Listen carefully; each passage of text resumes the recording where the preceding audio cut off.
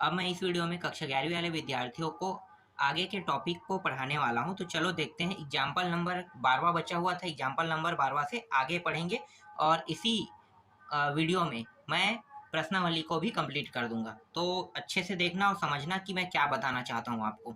तो देखो example number 12 क्या है। समुच्चय दिया है 1/2 है, 2/3 है, 3/4 है, 4/5 है, इस तरह 5, 6, 7 को समुच्चय निर्माण रूप में लिखिए। समुच्चय निर्माण रूप में लिखना है तो कैसे लिखोगे। तो देखो यहाँ पे ए बराबर है, यहाँ पे जो लिखा है यहाँ पे देखो क्या लिखा है। समुच्चय में प्रत्येक अवयव का अंश उसके हर से एक कम है। स्वाभाविक है, एक कम है। देख लो, अगर एक है तो यहाँ पे 2 लिया गया है तो एक कम हो गया। 2 है तो यहाँ पे 3 है, 3 में 2 घटाओगे एक कम, 4 में 3 घटाओगे एक कम, मतलब सभी में एक कम है। तो इसी के हिसाब से आपको क्या करना है, समुच्चय निर्माण करना है। तो देखो ए बराबर x अनुपात x, ये तो कॉमन है, आपको लिखना ही पड़ेगा ये। इसके बाद बराबर करके ये सभी क्या है, संख्या है। संख्या है तो मान ऐसा रखेंगे कि ये सीरीज हमें लगातार प्राप्त होते जाए। ठीक है, मान लो अगर यहाँ पे मैं n का मान 1 रखता हूँ, यहाँ भी 1 रखता हूँ, तो ये ऊपर में 1 हो गया और 1 और 1 दोनों जुड़ के क्या हो गया, 2। ठीक है, दूसरी बार 2 रखता हूँ तो 2 और 2 और प्लस 1 कितना हो गया, 3। मतलब लगातार ये सीरीज प्राप्त होते जाएगा अगर ये मान रखते हैं तो समझ में आ गया किस तरह से रखना है। n एक प्राकृतिक संख्या है और यहाँ पे 1 less than equal n less than equal 6। ये लेस देन का मतलब क्या होता है, इससे बड़ा है बता रहा है ना। 1 से बड़ा है बराबर n और n से बड़ा बराबर 6। कितने संख्या देखो, 1 2 3 4 5 6, इसलिए यहाँ पे इस तरह से फॉर्म को बनाया गया। अगर यहाँ पे मैं 7 लिख देता तो क्या होता, 7 लिखता तो 7 लिखता तो यहाँ पे जो बराबर है ना इसे हटा देते, ये वाला चीज गायब हो जाता। ठीक है, बराबर के चिन्ह क्या होता, गायब हो जाता। अब क्या बच रहा है, लेस देन, तो सिर्फ लेस देन बस दिखाई देता। तो कई तरीके हैं हल करने के, समझ में आ गया होगा। चलो आगे देखते हैं, मैं ज़्यादा इसमें टाइम वेस्ट नहीं करना चाहता। नेक्स्ट प्रश्न देखो, यहाँ पे सही जोड़ी मिलाना है। बहुत आसान है सही जोड़ी मिलाना। देखो पहला क्या है, 1 2 3 6। ठीक है, सही जोड़ी मिलाना है और 1 2 3 6, 1 2 3 6 को देखना है। तो देखो यहाँ पे कहीं पे जीरो है क्या, नहीं है। मतलब क्या है, 1 2 3 6 एक प्राकृतिक संख्या हो सकता है। तो यहाँ पे देखो एक प्राकृतिक संख्या और 6 की भाजक है, तो ये ऑप्शन आपको लेना है जोड़ी मिलाओ में, सी लेना है। इसमें देखो 2 और 3, 2 और 3 जो है ये क्या है, 2 और 3 जो है यहाँ पे देख लेते हैं, एक अभाज्य संख्या है। मतलब 2 और 3 जो है इसको भाग करेगा 6 को, तो क्या होगा, अभाज्य संख्या है। तो यहाँ पे आंसर क्या आएगा, ए आएगा। दूसरा में ए को लेना है, मैथमेटिक्स। ठीक है, तो जो डबल आता है उसे हटा देते हैं। तो देखो मैथ्स लिखा हुआ है मतलब मैथमेटिक्स, सीधी सी बात है। आपको यहाँ पे डी में क्या कर देना है, डी वाले ऑप्शन में आपको सही जोड़ी मिलाना है इसमें। अब बचा क्या है, बचा 1 3 5 7 9, यहाँ पे बचा ये है भाई संख्या 10 से कम एक विषम प्राकृतिक संख्या। देख लो ये सभी के सभी क्या है, विषम प्राकृतिक संख्या है, तो इसका आंसर ये रहेगा। 13वां भी कंप्लीट हो गया। चलो आगे देखते हैं। इसके बाद देखो 14वां प्रश्न देखते हैं। देखो यहाँ पे आते हैं। अब ये काफी इंपॉर्टेंट चीज है, बहुत ज्यादा इंपॉर्टेंट तथ्य ये है कि यहाँ पे जो दिया है ना अंतराल रूप में, इसे समझना पड़ता है। जब मैं एनसीईआरटी की बुक को पढ़ा रहा था तब मैंने इसे बारीकी से बताया था उस समय भी, कि ये जो देखो यहाँ पे उत्तर में छोटा कोष्टक है, यहाँ पे बड़ा कोष्टक है। ये बहुत मायने रखता है कब बड़ा कोष्टक होगा और कब छोटा कोष्टक होगा, ये इंपॉर्टेंट तथ्य है। तो मैं आपको दिखाता हूँ। देखो जब कभी भी मान माइनस में रहेगा ना, ये माइनस में, तब छोटा कोष्टक यूज करोगे। ठीक है, और यहाँ पीछे में जो बड़ा कोष्टक है वो बराबर और प्लस में मान, देखो मान प्लस में होगा और किस में होना चाहिए, बड़ा और बराबर दोनों होना चाहिए, तभी ये बड़ा कोष्टक यूज होगा। इसके अलावा बड़ा कोष्टक यूज नहीं होगा। ठीक है, तो देखो माइनस में है इसलिए यहाँ पे आगे में क्या लगा है, छोटा कोष्टक लगा है। अब देखो पीछे में क्या है, प्लस में और बड़ा और बराबर लगा है, इसका मतलब बड़ा कोष्टक में रहेगा। और मान -4 और ये +6। इसी तरह से देखो -12 और -10 दोनों है, माइनस माइनस में, तो दोनों में क्या लगेगा, दोनों में छोटा कोष्टक। यहाँ पे देखो दोनों में क्या लगा है, छोटा कोष्टक लगा है। समझ में आ रहा है। इसके बाद देखो तीसरा, देखो तीसरा में यहाँ पे 0 है और बड़ा और बराबर है, इसका मतलब क्या है, बड़ा कोष्टक शुरू होगा। ठीक है, तो यहाँ पे देखो बड़ा कोष्टक, फिर x यहाँ पे देखो सिर्फ लेस देन है और 7 है और प्लस में है, तो क्या होगा, बराबर होता तब मैं बड़ा कोष्टक लेता। प्लस में मान, तभी मैं प्लस में मान रहेगा और बड़ा और बराबर दोनों रहेगा, तभी क्या करूंगा, तभी मैं बड़ा कोष्टक लूंगा। लेकिन यहाँ पे बराबर नहीं, सिर्फ लेस देन बस दिया अकेला, तो यहाँ पे छोटा कोष्टक उपयोग हुआ है। समझ में आ गया। अब देखो दोनों में लेस देन बराबर यूज हुआ है और 3 और 4, तो क्या होगा, बड़ा कोष्टक होगा। तो देखो दोनों बड़ा कोष्टक में आ गया। इस तरह से इसे बनाया जाता है। समझ में आया? चलो आगे देखते हैं। इसके बाद देखो 15वां प्रश्न। 15वां प्रश्न में क्या है, निम्नलिखित अंतरालों को समुच्चय निर्माण रूप में लिखे। समुच्चय निर्माण रूप में लिखना है तो देखो यहाँ पे देखो दोनों छोटा कोष्टक में है, कैसे लिखोगे, दोनों क्या रहेगा, लेस देन बस रहेगा, ठीक है। और ये आगे में -3, देखो ये तो कॉमन है, रहेगा ही रहेगा, जैसे इससे पहले वाले प्रश्न में था तो इसको हमने अलग किया था। अब जब हम इस वाले प्रश्न को समुच्चय निर्माण में करेंगे तो x अनुपात x आपको लिखना है, फिर लेस देन r, ये सब में रहेगा, ठीक है। ये कोष्टक है, यहाँ पे -3 और 0, तो ये रहा -3 और 0, और यहाँ पे छोटा कोष्टक मतलब लेस देन आ गया। इसके बाद देखो यहाँ पे दोनों में बड़ा कोष्टक यूज हो रहा है, दोनों बड़ा कोष्टक है, इसका मतलब क्या है कि 6 और जो 12 है, देखो 6 और बड़ा और बराबर और बड़ा और बराबर दोनों में लग गया, देखो इस तरह से बड़ा कोष्टक। यहाँ पे एक छोटा है एक बड़ा है, तो क्या होगा, एक लेस देन रहेगा एक बड़ा बराबर। चिन्ह ज्यादा देखना है ना आप लोगों को, जो भी देखना है देखो, लेकिन चिन्ह सबसे यहाँ पे मायने रखते हैं, मतलब मोस्ट IMP होता है यहाँ पे। इसके बाद देखो यहाँ पे बड़ा है, तो बड़ा है और माइनस में लगा है, देखो माइनस में है। एक चीज और ध्यान देना, यहाँ पे माइनस में है और बड़ा है, मतलब क्या है, बड़ा और बराबर, ये रहा चिन्ह भी लगेगा, माइनस के साथ भी यूज हो सकता है, ठीक है, ये भी ध्यान देना आप लोग। इसके बाद क्या है, इसके बाद यहाँ पे देखो 5 दिया है, 5 है तो यहाँ पे इस तरह से आपको क्या करना है, 5 को लिखना है और लेस देन बस लिखना है। तो इस तरह से एग्जाम्पल कंप्लीट हो गया। अब डायरेक्ट आते हैं प्रश्नावली के प्रश्न पे, ठीक है। प्रश्नावली के प्रश्न को देखो, बहुत आसान प्रश्न है। पहला प्रश्न देखो, भारत के 10 सबसे अधिक प्रतिभाशाली लेखकों का संग्रह कह रहा है, इसका आंसर क्या होगा भाई। आपको पता है कि 10 प्रतिभाशाली लेखकों का नाम आप नहीं बता सकते, बता सकते हो क्या, नहीं बता सकते, तो ये समुच्चय नहीं है, सीधी सी बात है। इसका आंसर क्या लिखोगे, मैं ऐसे ही बता देता हूँ बोल के, बहुत आसान आंसर है, इसलिए इसके आंसर में लिखोगे कि भारत के 10 सबसे अधिक प्रतिभाशाली लेखकों का नाम ज्ञात नहीं किया जा सकता, इसलिए ये समुच्चय नहीं है, बस इतना ही लिखना है। दूसरा क्या देखो, आपकी कक्षा के सभी बालकों का संग्रह, आपकी कक्षा के सभी बालकों का संग्रह कह रहा है, तो आपकी कक्षा के सभी बालकों का संग्रह निकाल सकते हो कि नहीं निकाल सकते, बिल्कुल निकाल सकते हो, समुच्चय बन रहा है। कितने बच्चे हैं पता है, इसमें दिया तो नहीं है कितने बच्चे हैं, लेकिन निकाला जा सकता है।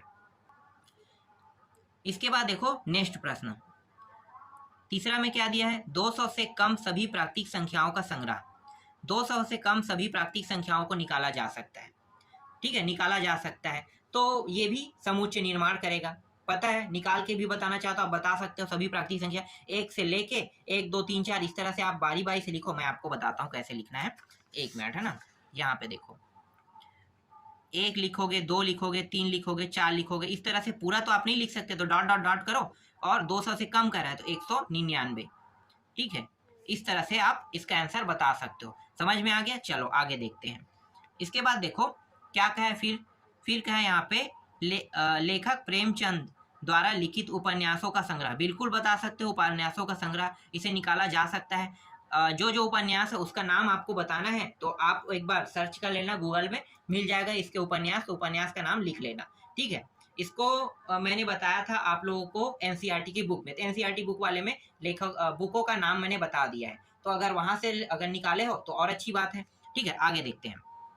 इसके बाद देखो यहाँ पे सभी विषम पूर्णांकों का संग्रह, सभी विषम पूर्णांकों का संग्रह निकाला जा सकता है भाई, विषम पूर्णांक, ठीक है। तो विषम संख्या क्या हो सकता है, 1 3 5 7 9, ये सब क्या है, विषम संख्या है, तो यही तो है ना, तो 1 3 5 7 9 इस तरह से निकालो, डॉट डॉट डॉट कर दो, उसके बाद इस तरह से आपको लिखना है इसका आंसर, 1 3 5 7, ये सब विषम संख्या, और डॉट डॉट डॉट ये लगा देना, क्यों, क्योंकि आगे बढ़ते रहेगा, कितनी दूरी तक जाएगा पता नहीं है, या कितने नंबरों तक जाएगा पता नहीं, तो अनलिमिटेड कर दो इसको डॉट लगा के, इस तरह से आप रख सकते हो, ठीक है। इसके बाद देखो छठवां प्रश्न क्या है, छठवां में है विश्व के सर्वश्रेष्ठ 11 हॉकी खिलाड़ियों का संग्रह, ये भी नहीं निकाला जा सकता, तो इसका आंसर क्या लिखोगे, इसके आंसर में आपको लिखना है विश्व के सर्वश्रेष्ठ 11 हॉकी खिलाड़ियों का संग्रह ज्ञात करना नामुमकिन है, क्यों, क्योंकि किसी को भी पता नहीं है कि कौन पहले स्थान पे है, तो पहले स्थान के दायरे को देखते हुए बाकियों को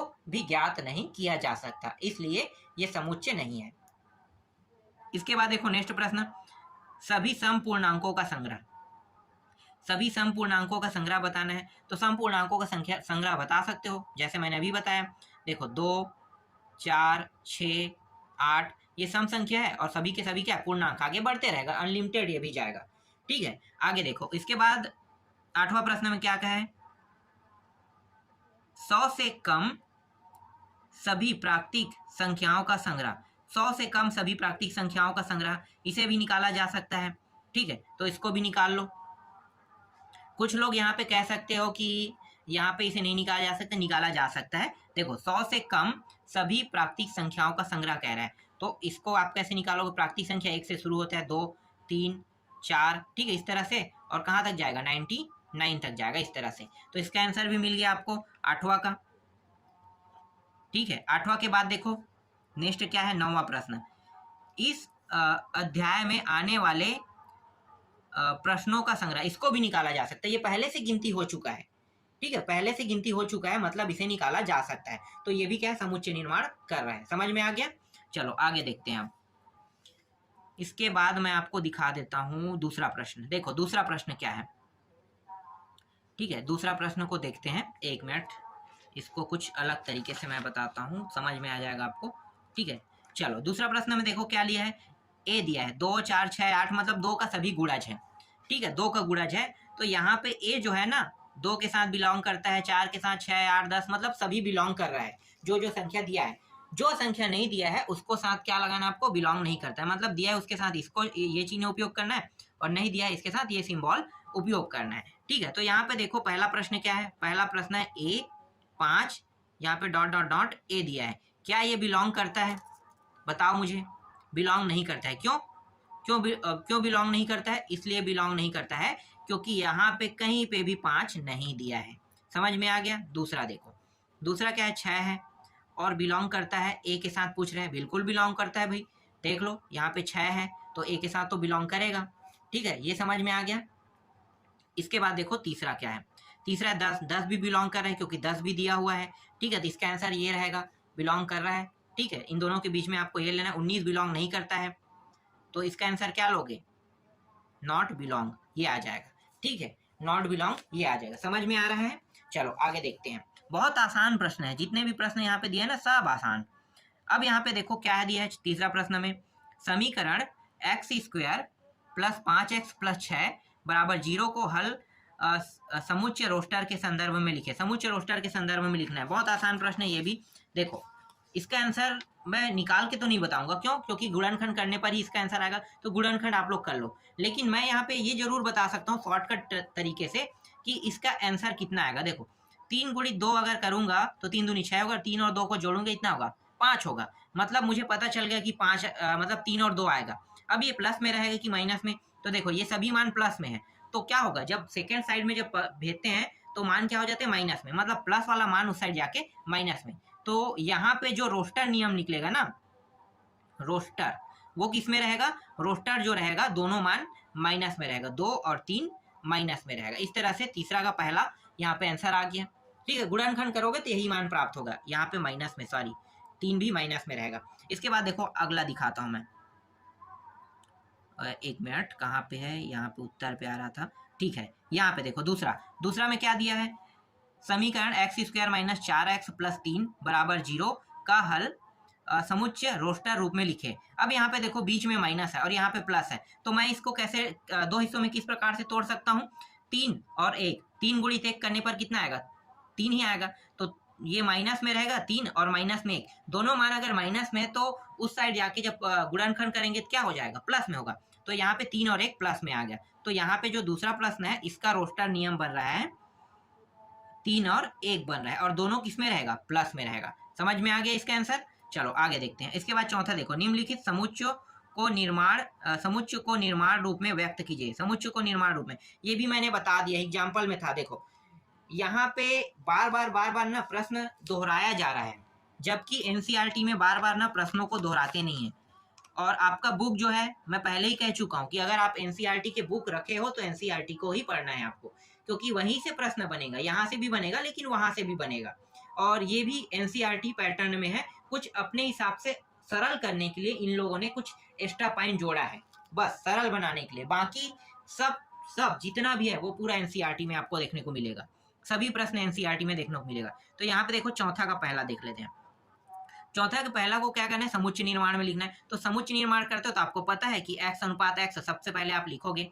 इसके बाद देखो ये सभी के सभी क्या? 2 के गुणज है, मतलब 2 का घात अगर मैं कर दूं इस तरह से, 1 मिनट ना, कहाँ पे है, 2 का घात नहीं, सॉरी, यहाँ पे क्या है, ये n है ना, n, ठीक है। तो यहाँ पे किस तरह से बनाना है आपको ध्यान देना है। यहाँ पे देखो, यहाँ पे मैं लिखता हूँ 2 लिखता हूँ, ठीक है, 2 है, और ये सभी के सभी क्या है, 2 2 2 2 के पाड़े में आ रहा है, मतलब घात कर दूं तो क्या होगा, 2 का घात n, इस तरह से, ठीक है, 2 का घात n कर दूंगा तो आसानी से बन जाएगा, बिल्कुल बन जाएगा। तो यहाँ पे जो n है वो बिलोंग कर रहा है किसके साथ, बड़ा n के साथ, ठीक है, n जो है बिलोंग कर रहा है n के साथ, बिलोंग कर रहा है इस तरह से। तो देखो 2 का घात n है तो मैं यहाँ पे 1 रखूंगा तो 2 का 2 प्राप्त होगा, 2 रखूंगा 4 प्राप्त, 3 रखूंगा तो 8, और 4 रखूंगा 16, 5 रखूंगा तो कितना प्राप्त होगा, 32। इसी तरह से प्राप्त होगा ना, बिल्कुल प्राप्त होगा। तो ये इस तरह से लिखना है आपको। देखो देखो 2 का घात n बिलोंग करता है n के साथ, तथा अब मुख्य पॉइंट में आते हैं, ठीक है, जो लिखना है वो सबसे महत्वपूर्ण पॉइंट है। तो अब क्या लिखोगे, अब यहाँ पे आपको लिखना है, जैसे कि देखो ये कहाँ तक जा रहा है, सबसे पहले देखो यहाँ पे 2 से लेके मतलब 1 2 3 4 5 पद तक जा रहा है। तो यहाँ पे आपको लिखना है n बड़ा है बराबर, और कहाँ तक है 5, ठीक है, तो 5 लिखोगे इस तरह से। अगर ये नहीं लिखना चाहते, ठीक है, तो दूसरा इसके स्थान पे रख सकते हो, क्या रख सकते हो, तो इसके स्थान पे रख सकते हो n बड़ा है 6, ये भी रख सकते हो। अब यहाँ पे बड़ा और बराबर 5 क्यों ले रहे हैं, क्योंकि ये 5 तक ही जा रहा है, इसलिए बड़ा बराबर 5 लोगे। अगर 6 लिखोगे तो सिर्फ ये वाला निशान बस इसके साथ लोगे, क्योंकि ये 6 से छोटा है, ठीक है, छठवां जो इसके घात रहेगा ना उससे ये छोटा है, ये बता रहा है, ठीक है। तो दोनों लिख सकते हो, अदला बदली आप कर सकते हो, इसके 2 कंडीशन होते हैं। दूसरा को देखो, दूसरा में क्या है, 1 4 9, ठीक है, इस तरह से 100 तक के गया है। तो ये सब क्या है, ये सब वर्ग है, ठीक है। तो इसे x अनुपात x लिखो, और यहाँ पे n का वर्ग, फिर n बिलोंग करता है बड़ा n के साथ, तथा कितने संख्या है भाई, ये 10 तक के जाएगा, n का घात 10। तो 2 कंडीशन यहाँ पे, n बड़ा और बराबर 10 लिखोगे। अगर इसे नहीं लिखना चाहते तो इसके स्थान पे क्या लिख सकते हो, इसके स्थान पे लिख सकते हो n बड़ा है 11, ये भी लिख सकते हो, ठीक है। तो 2 कंडीशन हमेशा फॉलो होता है, याद रखना। आपके आंसर में इन दोनों में से कोई एक दिया रहेगा, आप चाहो तो इन दोनों में से कुछ भी रख सकते हो, क्योंकि कंडीशन तो यही है। चलो आगे देखो, इसके बाद देखो 5वां प्रश्न, 1 सेकेंड मैं नीचे ला लेता हूं, ठीक है। 5वां प्रश्न में देखो क्या लिखा है भाई, सदस्यों को सूचीबद्ध कीजिए, सूचीबद्ध करने के लिए कहा है, और ये एक पूर्णांक संख्या है, यहाँ पे 6 और 10 दिया है। तो अगर आप इसको लिखोगे 6 से 10 के बीच में संख्या देखोगे तो क्या क्या है, पता चल गया होगा, 7 8 9, 3 ही तो संख्या है। तो 7 8 9 लिखो, ए बराबर रोस्टर रूप में लिखना है आपको 7 8 9, यही इसका आंसर रहेगा। आगे मैं और कुछ नहीं बताऊंगा, आपको समझ में आ गया, ठीक है। इसके बाद ए बराबर देखो x अनुपात x, वर्ष का एक ऐसा महीना जिसमें 30 दिन होते हैं, इसको भी मैंने बता दिया है। 5 महीने हैं, कौन कौन सा है, एग्जाम्पल में प्रश्न था। देखो हर एक का गैप होना चाहिए, ठीक है। तो फरवरी है, फिर अप्रैल है, फिर जून है, जून के बाद देखो यहाँ पे 2 महीने का गैप है, सितंबर डायरेक्ट लेना है और नवंबर लेना है। तो ये पांचों जो माह है ना, ये 30 दिन का होता है, बस ये 5 माह बस को याद रखना है आपको। इसके बाद यहाँ पे देखो नेक्स्ट प्रश्न क्या है, ए बराबर x अनुपात x अंग्रेजी वर्णमाला का एक व्यंजन है जो जे से पहले आता है। अब जे से पहले आने वाले में देख लो, सिर्फ व्यंजन को लेना है, स्वर को छोड़ देना है। तो जे से पहले 3 स्वर आता है, कौन कौन से, एक ए आ रहा है, ई आ रहा है, और आई आ रहा है ना, ए ई आई 3 आ रहा है। इसके बाद जितने भी है वो सब के सब क्या है, व्यंजन है। तो व्यंजन को क्या करना है, आपको लिखना है, तो बी सी डी लिखना है, फिर एफ जी लिखना है, और एच भी लिखना है, ठीक है। एच के बाद आई को आपको तो नहीं लिखना है, और जे तक के लिखना है। तो 3 ही क्या रहा है, मतलब 3 स्वर आया, 3 स्वर को हटा दो और व्यंजन बाकी है, जे से पहले वो सब के सब व्यंजन है। समझ में आ गया, चलो आगे बढ़ते हैं। इसके बाद देखो 6वां प्रश्न, 6वां प्रश्न में क्या बताना है भाई, यहाँ पे सही जोड़ी मिलाना है, बहुत आसान है। अब सही जोड़ी वाला मिलाने वाला ऑप्शन दे दिया, तो मैं आपको बता देता हूँ। देखो यहाँ पे है, ये प्रिंसिपल का है, तो प्रिंसिपल कहाँ पे, देखो ये रहा, ठीक है, ये रोस्टर रूप में लिखा हुआ है, और अगर इसको समुच्चय रूप में लिखोगे तो ये रहेगा इसका ओरिजिनल नाम, तो ये प्रिंसिपल है। तो पहला और डी के साथ मैच होगा। जीरो वाले को देखो, ये इसके सी के साथ मैच होगा, ठीक है, सी के साथ मैच होगा, क्योंकि सी जो है ये देखो 0 एक पूर्णांक संख्या है, और पूर्णांक संख्या यहाँ पे शुरू होगा, तो x का मान 0 रखोगे तो 1 आ जाएगा, तो मतलब 0 1 2 3 4 इस तरह से बढ़ते रहेगा, तो सी आएगा। इसके बाद तीसरा में देखो 1 से लेकर 18 तक, 18 वाला कहाँ पे, यहाँ पे एक धन पूर्णांक संख्या तथा 18 का भाजक है, तो ये भाजक है 18 का। ठीक है, तो यहाँ पे इसको लेना है, किसमें, तीसरा में ए को लेना है। और इसके बाद देखो 3 - 3, तो यहाँ पे आंसर आ जाएगा बी। यहाँ पे देख लो, इसका वर्ग और -9, इसको हटाओगे तो एक प्लस और माइनस में 3 प्राप्त होगा, तो चौथा का आंसर ये रहा। इस तरह से प्रश्नावली एक जो है पूरी तरह से कंप्लीट हो गया। इसके बाद नेक्स्ट प्रश्नावली को मैं आपको बताऊंगा।